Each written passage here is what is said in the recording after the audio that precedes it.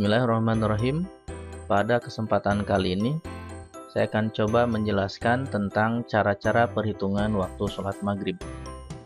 Namun terlebih dahulu saya akan coba menerangkan secara ringkas waktu maghrib secara syar'i juga secara astronomi. Waktu maghrib secara syar'i dalam hadis riwayat Ibnu Hibban, ketika Nabi Shallallahu Alaihi Wasallam diajarkan sholat oleh Jibril datang kepada Nabi Shallallahu Alaihi Wasallam pada waktu-waktu tertentu. Nah, ketika Nabi datang mengajarkan sholat maghrib, Nabi datang hina gobati syamsu, yaitu ketika matahari terbenam, seperti bisa dilihat di hadis ini. Summa ja'ahu, kemudian Jibril datang hina gobati syamsu, ketika matahari terbenam. Faqala, kemudian dia berkata, kum, berdirilah, fasholil maghriba, kemudian sholat maghriblah. Nah, ini menjadi dalil bahwa waktu maghrib secara syar'i itu dimulai ketika gobati syamsu, ketika matahari terbenam. Nah, lalu definisi terbenam secara astronomi itu seperti apa? Nah, ini definisi terbenam matahari secara astronomis. Ketika kita melihat matahari, piringan atasnya menempel di atas ufuk atau menempel di ufuk seperti ini. Nah, ternyata posisi aktualnya, posisi aslinya matahari itu berada di bawah. Nah, senilai dengan ini semi diameter 16 menit busur, kemudian refraksi ketika terbenam itu sekitar 34 menit busur. Nah, ketika dijumlahkan, jumlahnya sekitar 50 menit busur.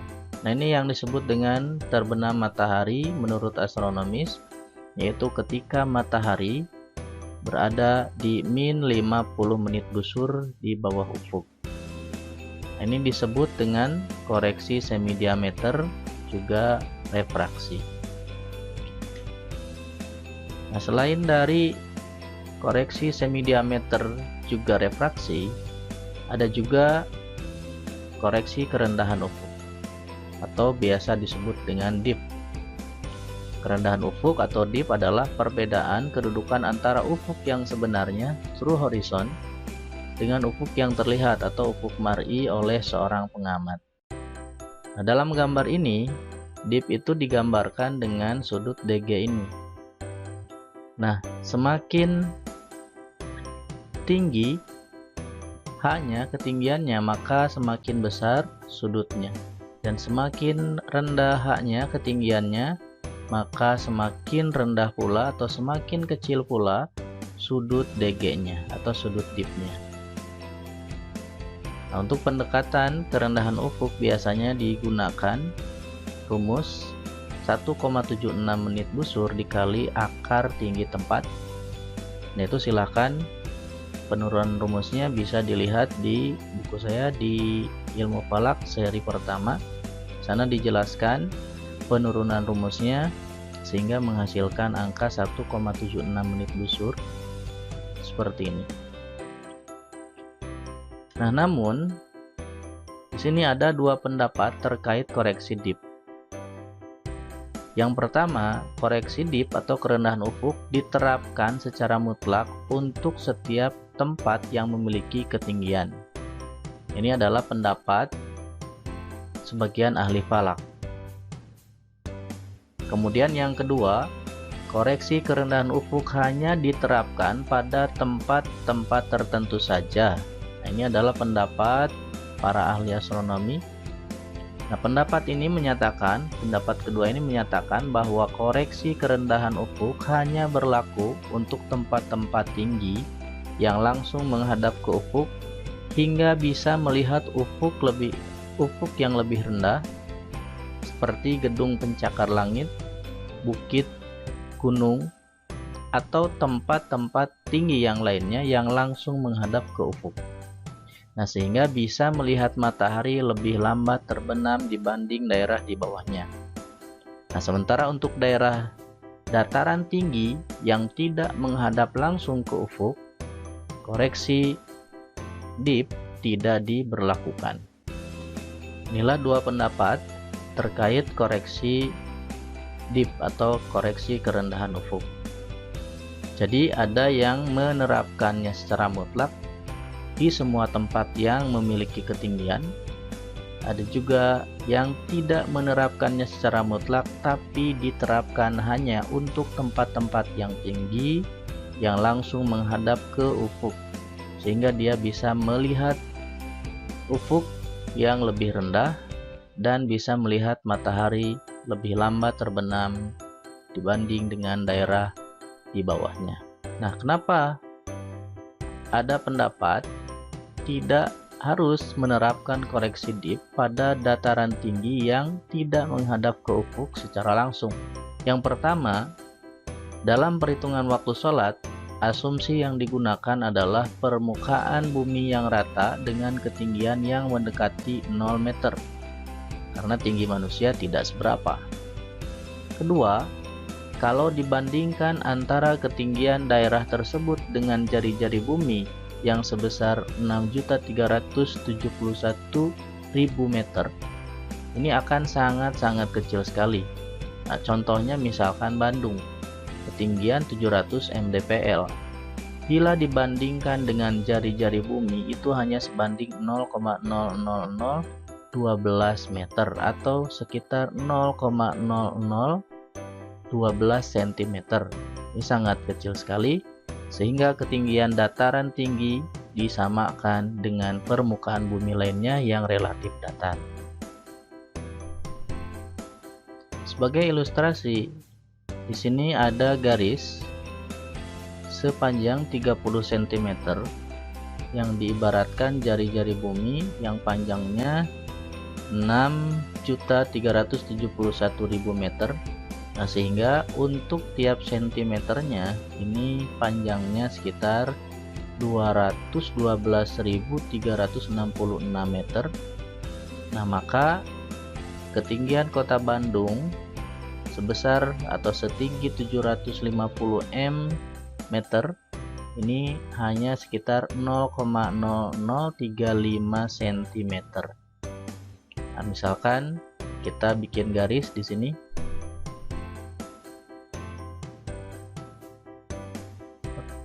Kemudian kita masukkan angka 0,00353. Nah, maka ini ketinggian Bandung dibandingkan dengan jari-jari bumi ini sama sekali yang tidak terlihat, sehingga oleh para ahli astronomi dianggap dataran tinggi itu sebagai dataran yang sama dengan dataran yang lainnya sebagai 0 mdpl. Nah, di antara dua pendapat terkait koreksi dip ini, DHR Dewan Hisab Ru'yat Persatuan Islam memilih pendapat yang kedua, yaitu pendapat ahli astronomi yang menyatakan bahwa koreksi kerendahan ufuk hanya berlaku untuk tempat-tempat tertentu saja, tidak diberlakukan secara mutlak untuk setiap tempat yang berada di ketinggian. Nah, sehingga ketika nanti ada perbedaan dengan misalkan kalender MUI, ini dikarenakan adanya perbedaan dari koreksi dip ini. Nah, lalu bagaimana cara perhitungannya? Silahkan diikuti sampai selesai. Sebagai contoh perhitungan, kita akan mencoba menghitung awal waktu sholat maghrib di Bandung Barat 4 November 2014.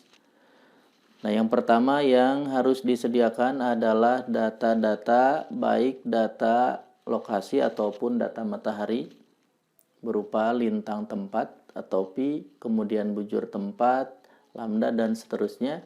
Kemudian nanti kita lanjut ke rumus. Nah, di sini ada 3 rumus yang digunakan untuk perhitungan waktu sholat maghrib. Yang pertama ketinggian matahari saat maghrib, kemudian yang kedua sudut waktu matahari ketika maghrib, kemudian awal waktu sholat maghrib.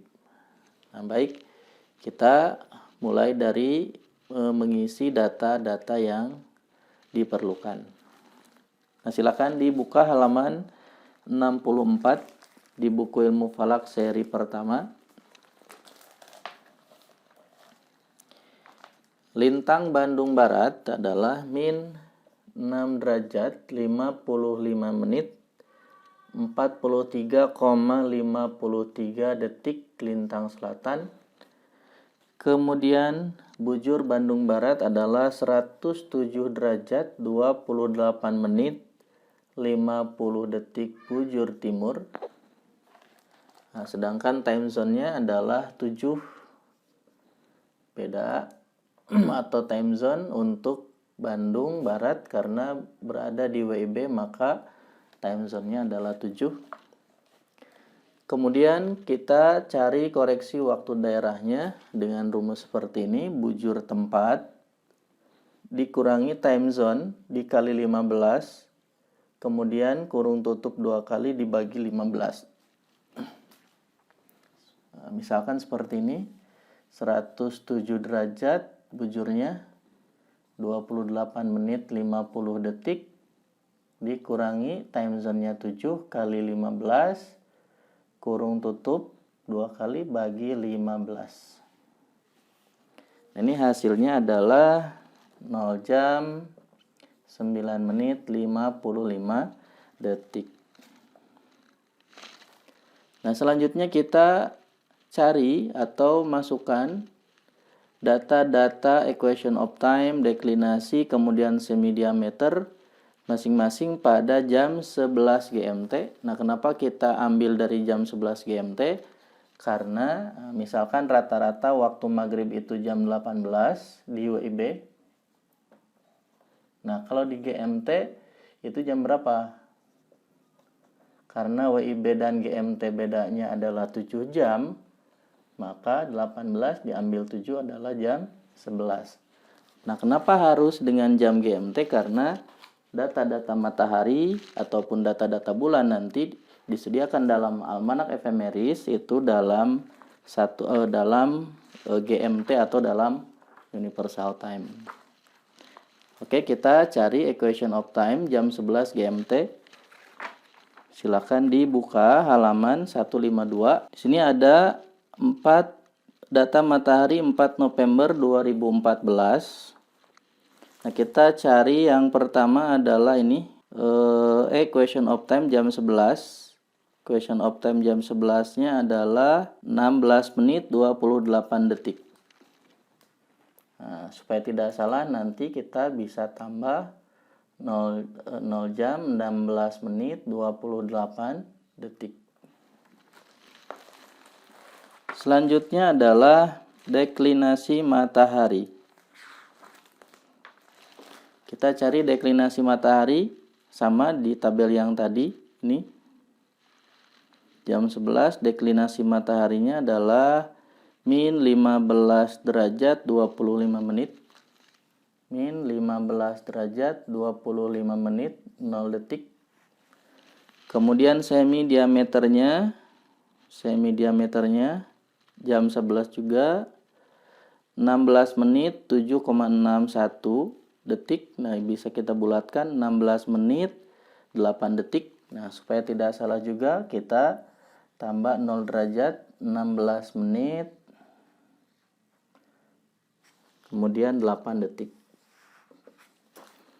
Bulatkan. Nah, selanjutnya kita masukkan ketinggian tempat. Nah, ini ketinggian tempat untuk Bandung Barat adalah, nah, kita lihat di sini 662 mdpl.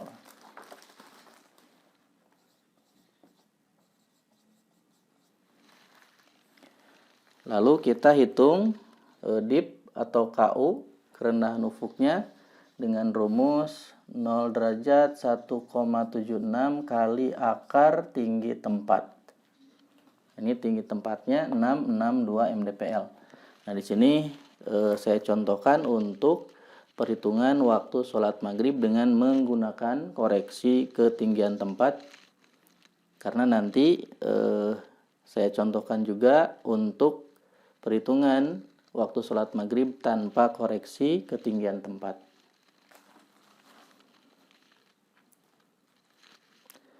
Nah ini 0 derajat 1,76 kali akar tinggi tempat. Nah kalau hasilnya adalah 0 derajat 45 menit 17 detik.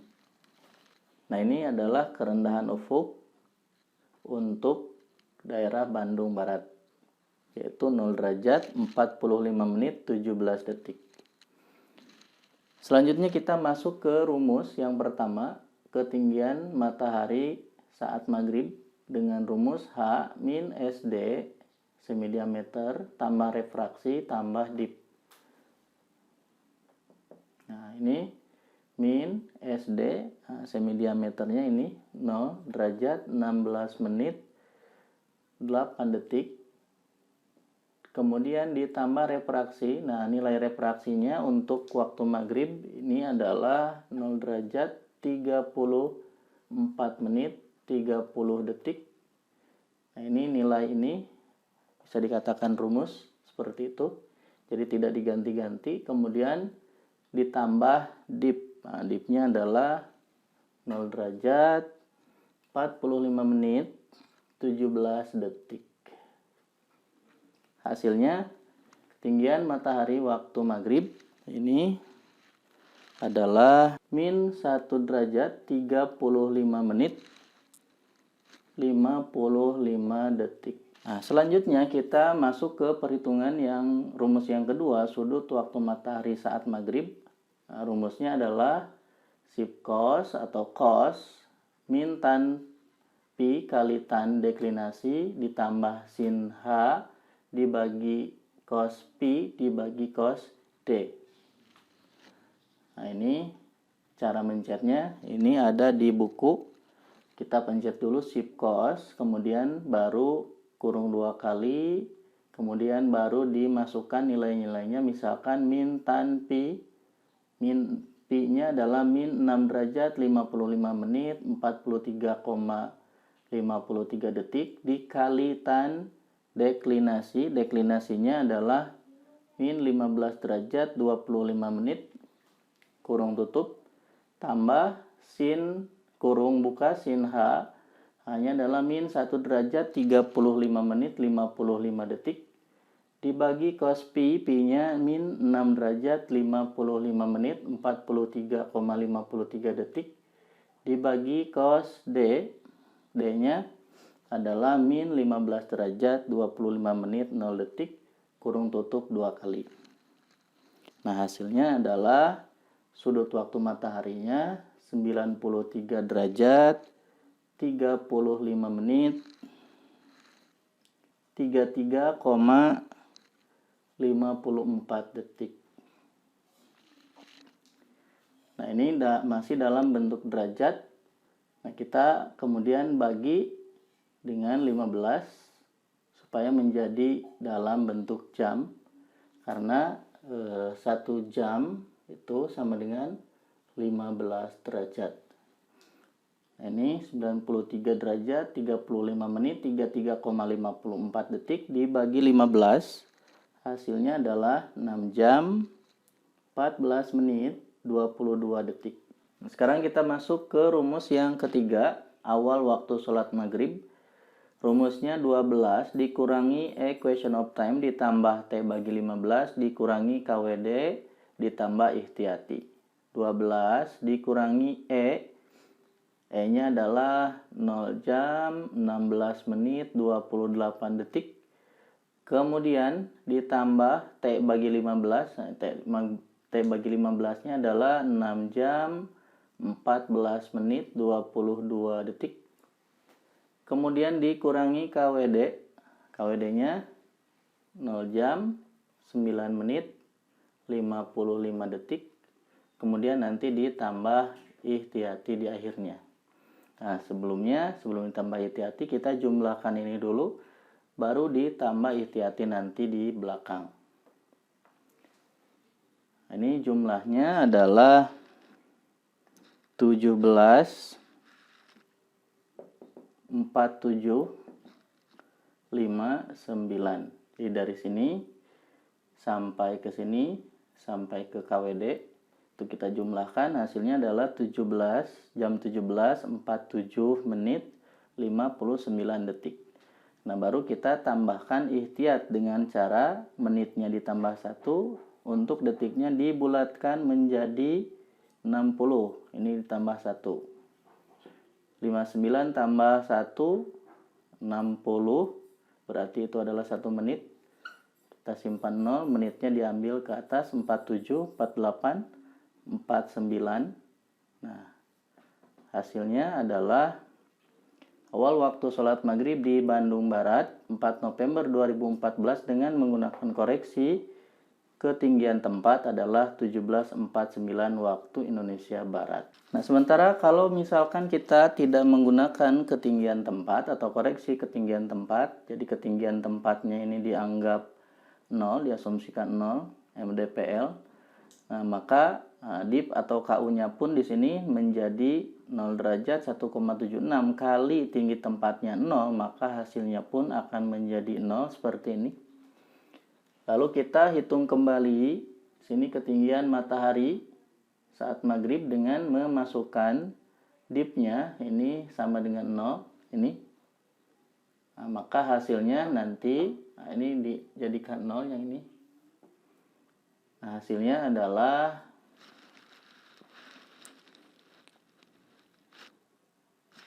min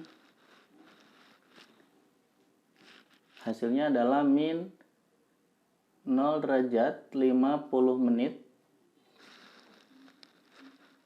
48 detik. Nah, kemudian kita hitung lagi sudut waktu matahari. Nah, ini dengan mengganti nilai H dengan nilai H yang ini. Nah, hasilnya adalah 92 derajat sudut waktu mataharinya 48 menit 21,07 detik. Kemudian kalau dijadikan jam, 6 jam 11 menit 13 detik. Nah, lalu kita hitung awal waktu sholat maghrib dengan memasukkan ini sudut waktu mataharinya dengan nilai yang tadi 6 jam 11 menit 13.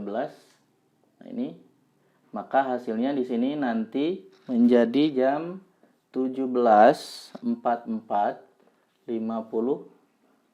Lalu kita tambah ihtiyat di sini, ini tambah 1, yang ini tambah 10 detik.